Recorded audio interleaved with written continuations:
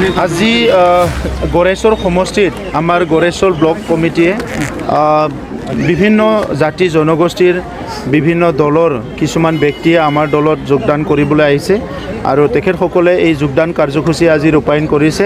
ইয়াত আহিবলৈ পাই মই দেখিছোঁ যে ইয়াত বিভিন্ন জাতি জনগোষ্ঠীৰ লোকসকল আহিছে আৰু আমি উৎসাহিত হৈছোঁ। কাৰণটো হৈছে UPPL 2015 চনত যিটো এটা চিন্তা লৈ পেলাই এটা ৰাজনৈতিক দল হিচাপে গঠন কৰিছে আৰু ৰাইজৰ মাজত আহিছিলে, সেই উদ্দেশ্যটো আজি সফল হোৱা দেখিবলৈ পাইছোঁ। সেই সময়ত UG ব্ৰহ্ম ডাঙৰীয়াই UPPLক জন্ম দিছিলে BTR অঞ্চলত স্থায়ীভাৱে নিৰাপত্তা অনাৰ কাৰণে। হত্যা হিংসাৰ পৰিৱেশবিলাক পৰিৱৰ্তন কৰি সকলো জাতি জনগোষ্ঠীৰ মাজৰ সমন্বয় গঢ়াৰ এটা চিন্তা লৈ UPPL দলটো তেখেতে গঠন কৰিছিলে। আৰু আজি কিছুমান বছৰৰ পিছত আমি দেখিবলৈ পালোঁ সঁচাকৈ বিভিন্ন জাতি জনগোষ্ঠী সকলো আজি UPPL দলত আহিছে আৰু BTR অঞ্চলত লাহে লাহে শান্তিটো স্থায়ী হ'বলৈ ধৰিছে।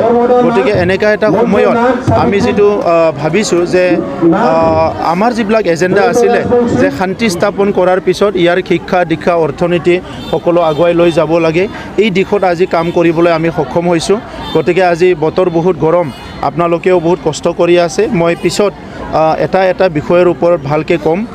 মূলতঃ গড়েশ্বৰ অঞ্চলৰ উন্নয়নৰ কাৰণে আমি বহুতখিনি চিন্তা চৰ্চা কৰিছোঁ আৰু যোৱা কেইদিনমান আগত MCLA ডাঙৰীয়া কোৱা হিচাপে ইয়াত আমি 5 কোটি টকাৰ এটা ষ্টেডিয়াম নিৰ্মাণ কৰিবলৈ গৈ আছোঁ। কলেজৰ উন্নতিকৰণ, স্কুলবিলাকৰ উন্নতিকৰণৰ কামবিলাক চলি আছে, ৰাস্তা ঘাটৰ উন্নতিকৰণৰ কাম চলি আছে। গড়েশ্বৰ তামোলপুৰ সংযোজন যিটো পথ আছে তাত মানে পুনৰ পুথিমাৰীত আৰু এটা দলং নিৰ্মাণৰ কাৰণে প্ৰস্তাৱ ইতিমধ্যে দিয়া হৈছে, সেইটোও মই অতি শীঘ্ৰে নিৰ্মাণ হ'ব বুলি আশা কৰিছোঁ।